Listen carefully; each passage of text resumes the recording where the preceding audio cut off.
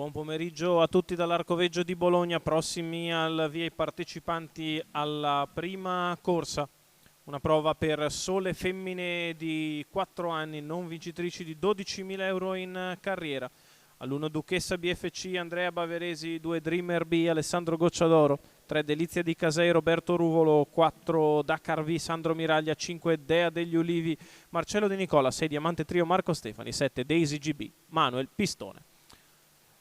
Lotta per il comando con veloce dall'esterno Dea degli Ulivi che non riesce però a scavalcare Dreamer B, che rientra con l'ausilio della curva, insiste a largo con decisione però Dea degli Ulivi e alla fine passa su Dreamer B che si deve adeguare in seconda posizione, rimane di fuori invece Delizia di Casei.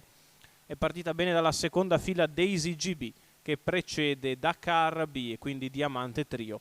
In ultima posizione Duchessa BFC. Si completano i primi 400 metri di corsa in 29 spaccato, con Roberto Ruvolo che cerca di portare in avanti Delizia di Casei. Va ad apparigliare quasi completamente la leader Dea degli Ulivi. Seconda alla corda è sempre Dreamer B che precede Daisy GB e quindi Diamante Trio che inizia a risalire all'esterno. Insiste e passa dopo 750 metri di corsa Delizia di Casei, che è la nuova battistrada, al giro in 58,3 addirittura. Muove all'esterno allora Dreamer B dalla terza posizione lungo i birilli.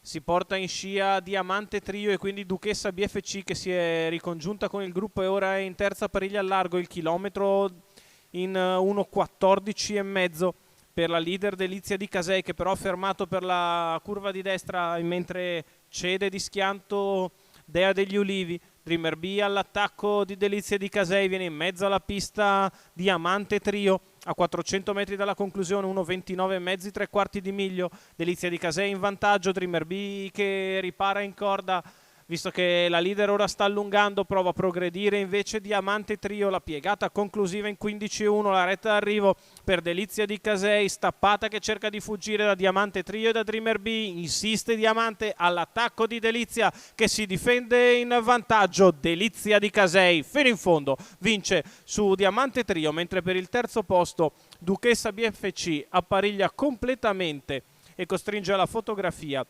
Dreamer B. 1,14,3 il ragguaglio cronometrico per il percorso arrembante di Delizia di Casei. Roberto Ruvolo che interpreta al meglio la portacolori della scuderia Martini. Daniele Quarnetti da programma al training per il successo del numero 3, una figlia di Nadal Sheba e Cimina di Casei. Percorso esterno per il primo giro e poi di testa a passare su Dea degli Ulivi. Roberto Ruvolo che vince con Delizia di Casei, la prima corsa dall'Arcoveggio.